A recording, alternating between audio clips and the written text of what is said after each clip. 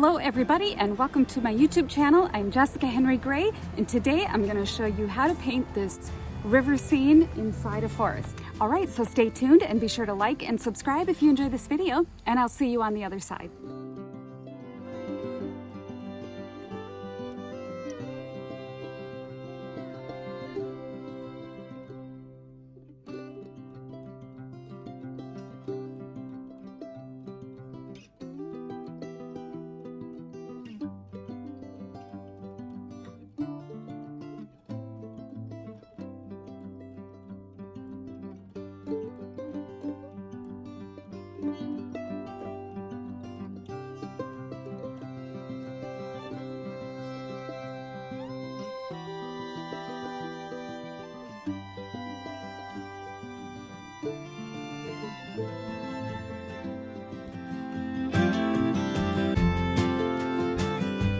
Turn crimson or permanent, phthalo green, ultramarine blue, burnt sienna, yellow ochre, cadmium yellow pale, and cadmium yellow medium, and titanium white. Hey everybody, Jessica Henry Gray here and welcome back to my YouTube channel. I'm excited to have you with me today. I am here outside of Cleveland, Ohio in a beautiful city park. It's in an area near Cleveland called Bay Village, and so anyway, I'm in the woods. There's a nature preserve and just a natural science center, and anyway, I'm by this beautiful creek right here. It's called Potter's Creek, and it just sort of winds its way through the woods with these beautiful stone walls. Look at these walls. There's a busy road kind of right back there. You can see the overpass, but oh well, I love that sound. So I'm gonna get set up and I'll talk about my materials and things as I get going.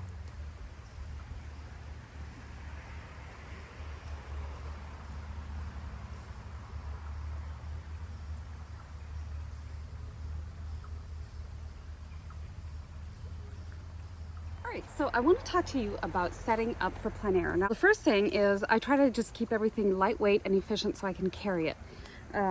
Now I have it all in a backpack right here, but I also have a couple of the things that I don't normally use that I'm gonna show you, and I won't be using them today because I'm in the woods and I won't need, for example, my umbrella.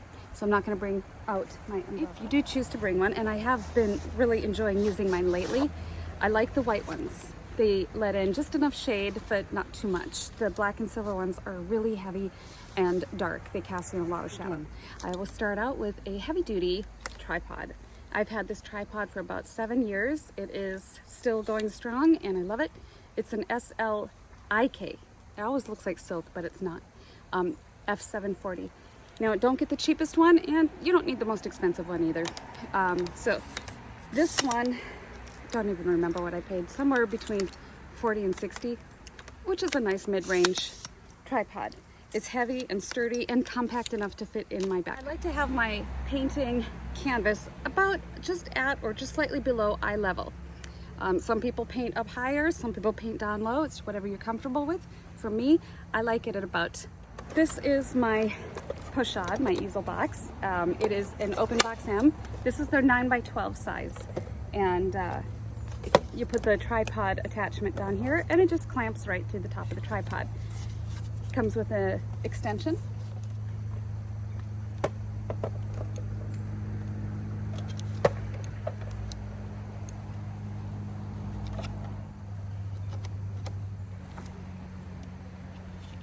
Extend the silver arm. Tighten that. And I like this about vertical.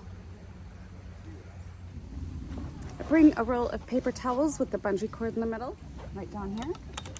This Raymar wet panel carrier box with little slots inside to carry your wet paintings home. Today I'll be using a 9x12.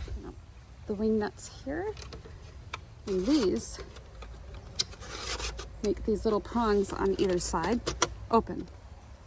Holding it firmly in place, I tighten one side. Tighten this one. Now I push this one over hard. I tighten this one. Easy as that. Pretty easy. Okay, so digging deeper into my backpack. I have my canister of brushes, my paints. All right, and I keep one of these little doggy bags right handy. That way I have my little garbage bags whenever I need them. Let's get some paint out. I use some titanium white. These are oil paints. I put out enough. I can always put it on my palette back home or put it in the freezer in a plastic container once I get home. But I don't like to stop once I get started. I don't like to stop and put more paint out while I'm going pretty quickly. So that's titanium white. This is cadmium yellow light.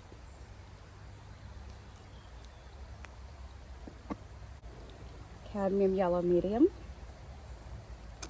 Yellow ochre. Couldn't find a small tube of burnt sienna at home, so I think they were all used up.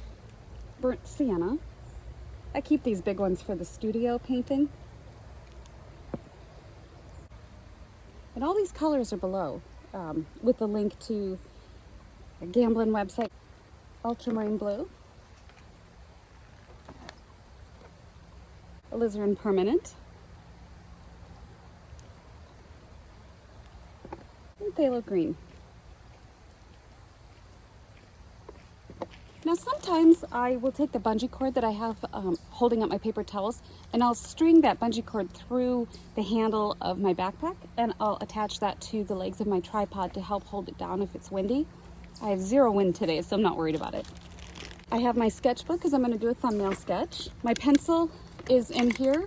I've got a palette knife that I use to just scrape off the palette when I'm done. Sometimes I paint with it, but I didn't bring that particular one today. I just have a larger one.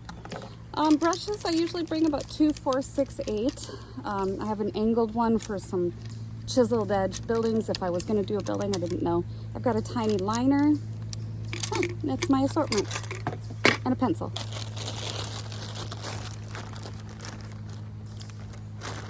Other bits of information, I have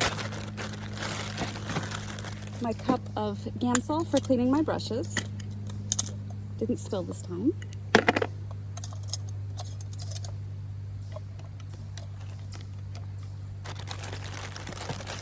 And then my little palette cups for linseed oil.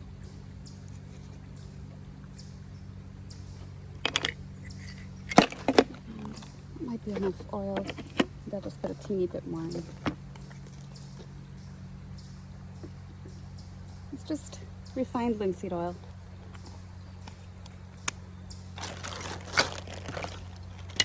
Now that I'm set up, what I like to do is kind of just get quiet. I get my heart in the game, and I just think about where I am and what is my focal area. I start getting in that right-brained what's really pretty, what am I really responding to, what do I want to make sure I get in my painting. So what I love about this scene, besides the beautiful sparkles on the water, I like that you can see down into the water, and so I want to focus on that today as sort of an objective to this video. Look at those rocks down there. I don't know if you can see it very well. Mostly what we're picking up in this camera is the reflection from the sky, but if you were standing here, you'd be able to see all these rocks. It's really beautiful, as well as this just quiet meandering stream through the forest. Here's my sketch, and I'll show you what I do. Now, this is very important to do your thumbnail sketch because it helps you, first of all, get your head into this scene. It helps you determine what your problem areas are going to be, what your focus is, where your composition and design are. And I already know I want to do this vertical format, but if I end up liking, horizontal format. If I end up liking a vertical format, then I may switch it around. But that's why we do the thumbnail sketch. I've zoomed in on the bend in the creek way over there. So, and I don't love this that much because I like this area down below. So what if I did go vertical? And sometimes I start with the rectangle, other times I start with the sketch and then build my rectangle around that, and that's a great way to do it too.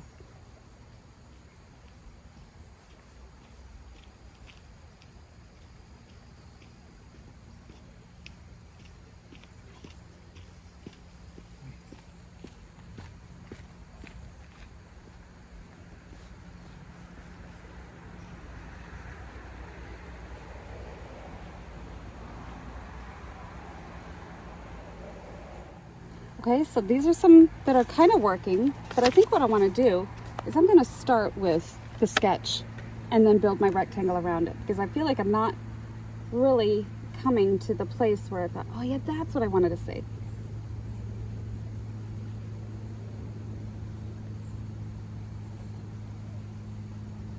So I like this coming at us down here, and this can come out this way.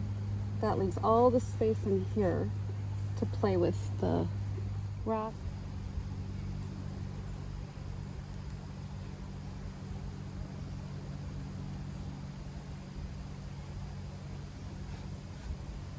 Yeah, it's got to be vertical. I like that.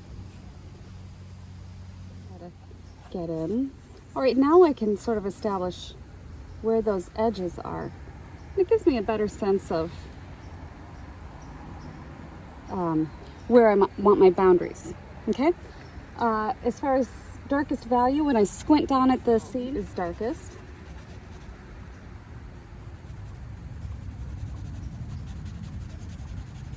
And then we've got some interesting movement of light this way coming at us. And then some of these trees are going to be the darker focus in here.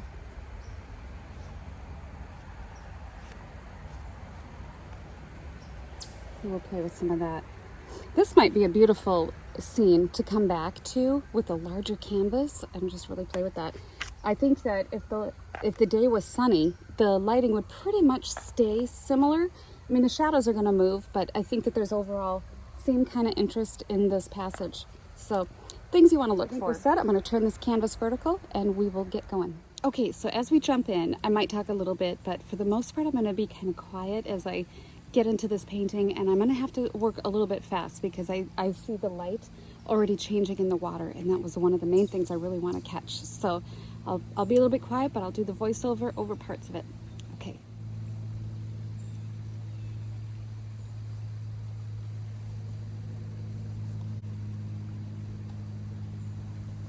I'm going to tone the canvas, but I'm going to use a little bit more of the cadmiums up above, just because as I tone a canvas and I want some of that to show through, there's so much cadmium up there that I think it might be kind of pretty if that shows through. And I do wipe it off, a little bit off. So I put it on a little darker than I need it.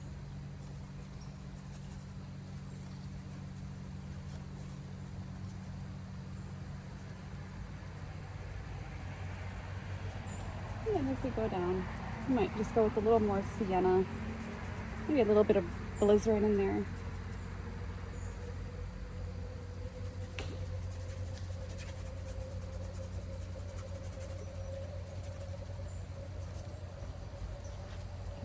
Grab a little bit of blue into that yellow just to do sort of a green undertone there.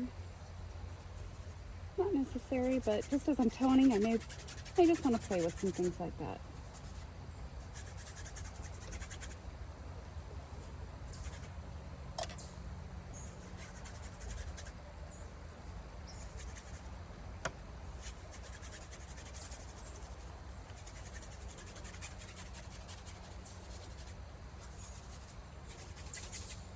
See that ochre down here is it's really showing through the water.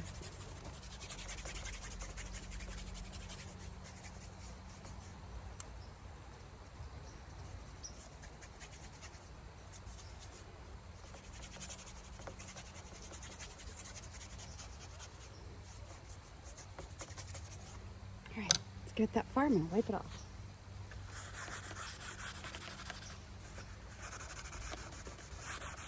I may just use the same larger brush that I have been using. This is a size 7 Rosemary Eclipse long flat, and I like these because they have a nice chiseled edge and great spring. Okay, so according to my design, I had worked out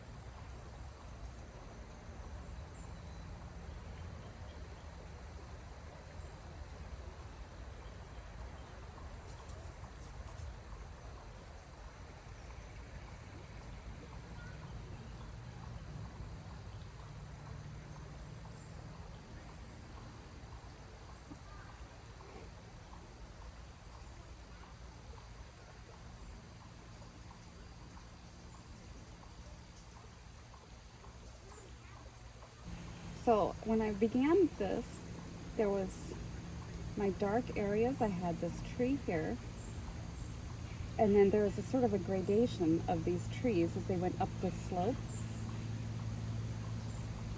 And I want to play with some of that. Right now, I'm just putting these in compositionally. I'm only thinking of where and how they might play into that composition design. I don't like these two converging right at the edge of the canvas. So we're gonna pull this guy over just a little bit.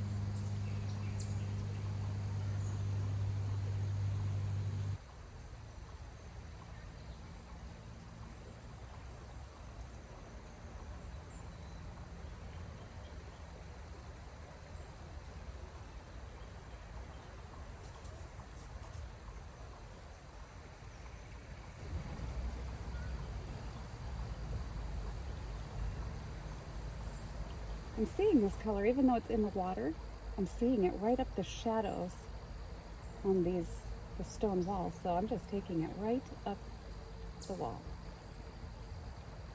Why not?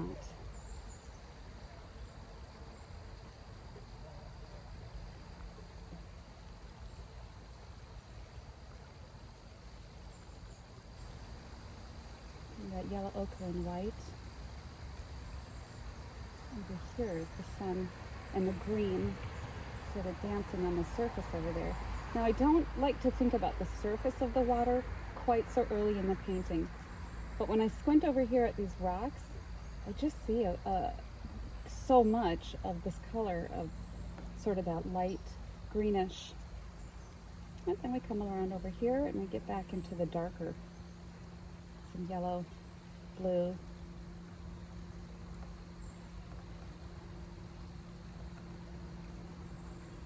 Maybe even some sienna down here.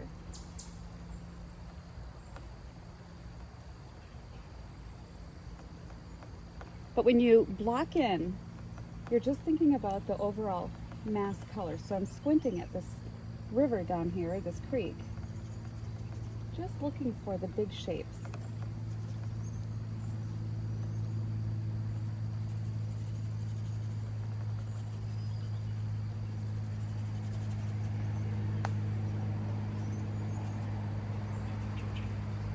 I haven't put the highlights in yet, just keeping it very simple. Over there, I'm seeing sort of a gray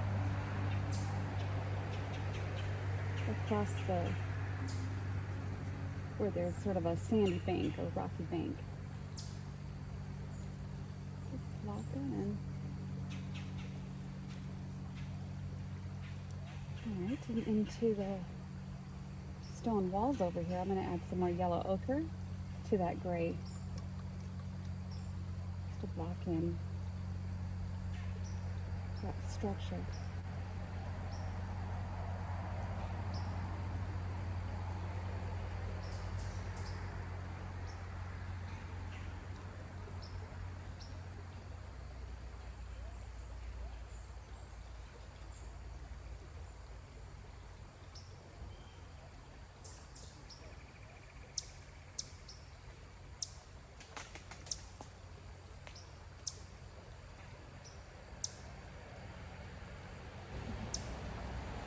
All right, so now I'm going to block in some of this green just where I see it.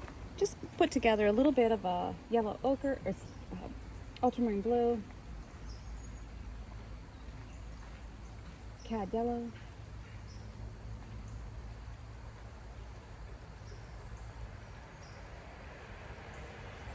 and while I have it, I see some peeking through up here a bit. I'm not worried about those trees anymore because I know where they are. And I can block them in later.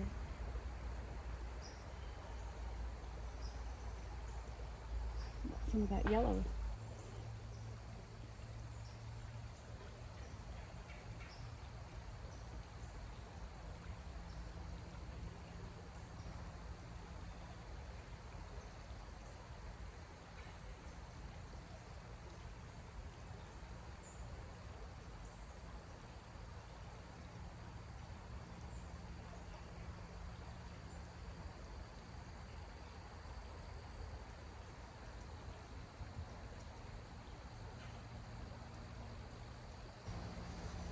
We've got some fall colors in here, which is kind of nice. I'll put some of those just to suggest these leaves.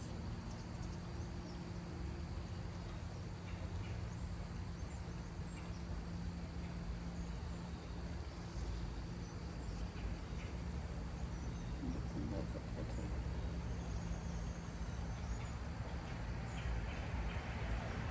Half on this side.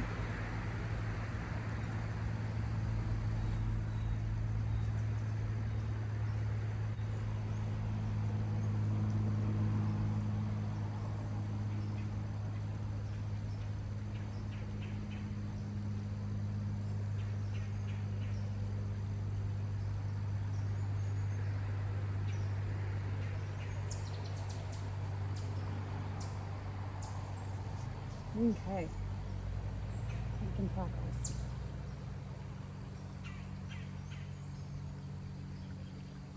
Okay, now as far as I'm concerned, that is blocked in. So what I'm going to do now is get a little bit smaller brush and start tightening things up.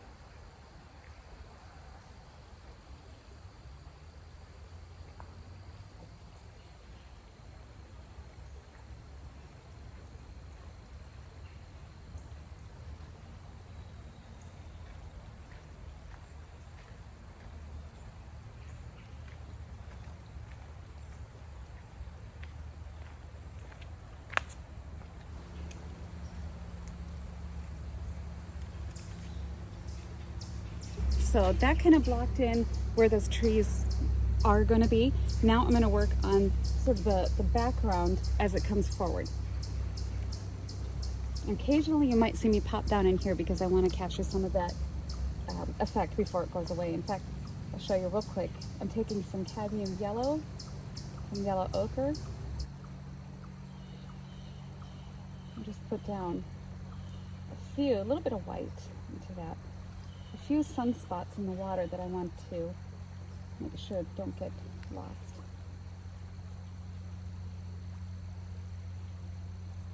Keeping my brush in a horizontal way like that. As we go off in the distance, there's a small one back here.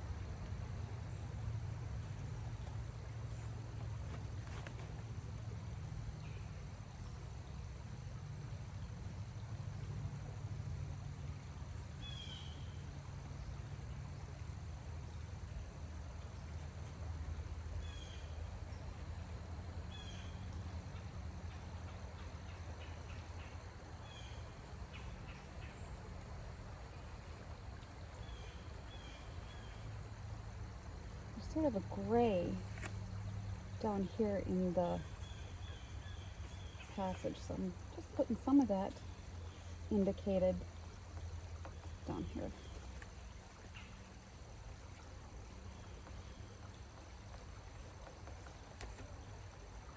Okay, so we'll come back and just work a little bit more on the water when it's a little bit of the background is further on.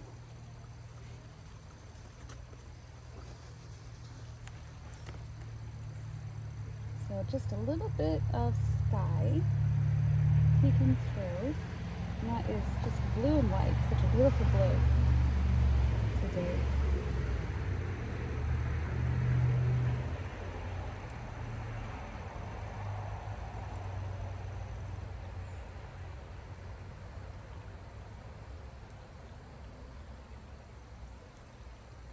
And we've got some of this peeking through.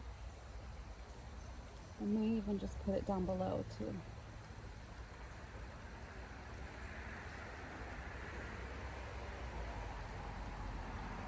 A little bit darker, everything in the water is darker.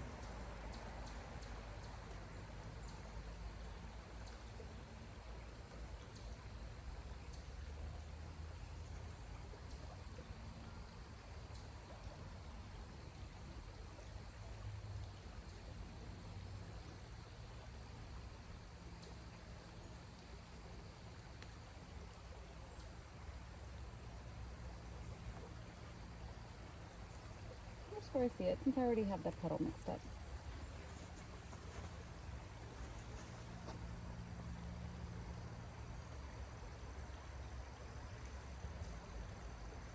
This complicated a scene, you have to spend a lot of time squinting, and I'll show you that real quick.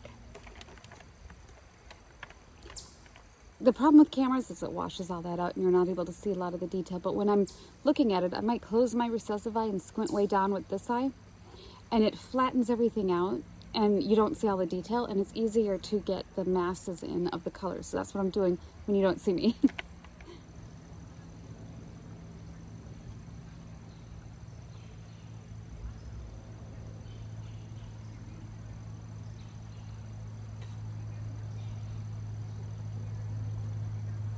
Now we're farther away, so I don't have a problem adding some white in that distant foliage. White will cool things, and so it pushes that further back. It almost makes like a minty sage.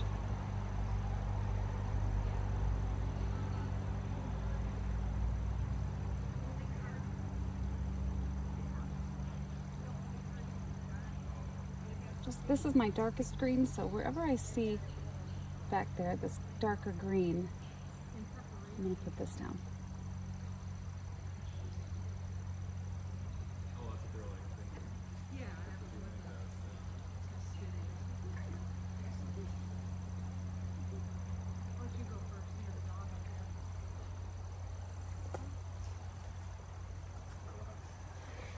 Hi.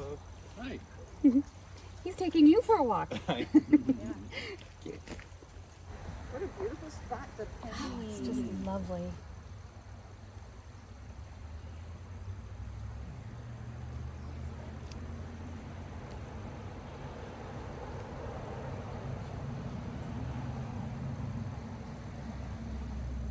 I have to work quickly here. Things are changing so fast. I have to stop talking.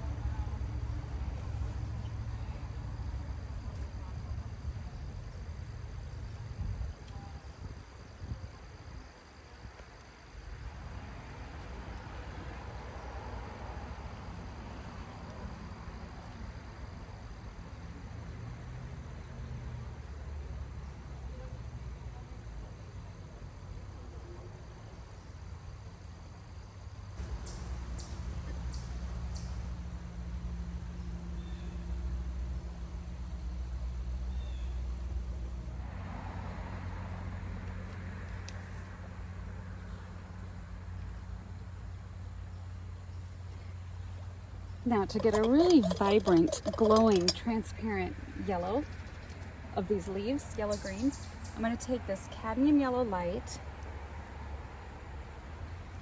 and the smallest touch of phthalo green and paint those together.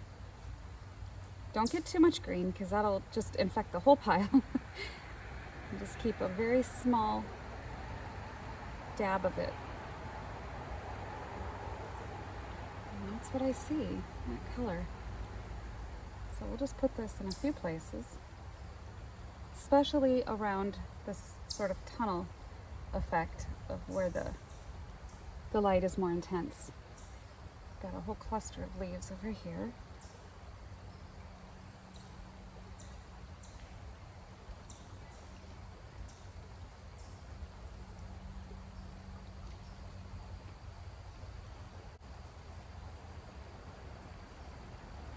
Maybe we'll add a little bit more cadmium medium yellow just to mix it up a little.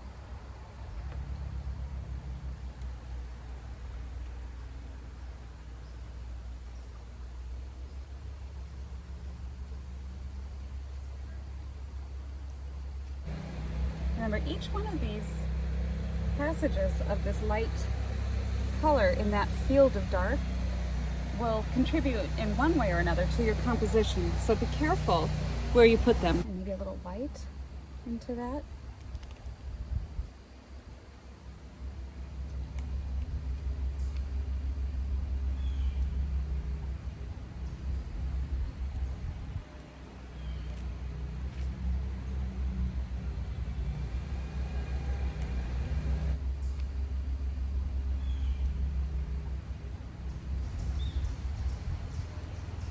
Alizarin crimson, cad yellow, and some white. Giving that really sunny effect. Dappled light back in there, through there. Got some intense light on this side of the creek, on that stone wall. So I'm just going to come right over here and put these lighting effects down before they get lost.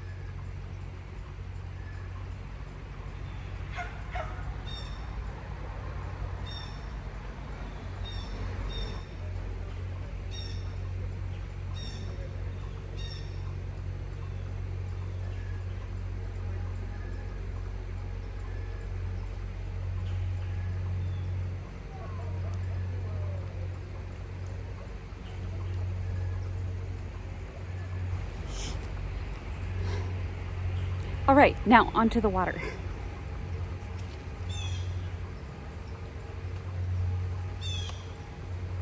Okay, I'm squinting down at the colors that I see in the shadows in the water. And so I'm gonna paint those on first. I pretty much have them already in place, but I also need to sort of clean up around some of these areas.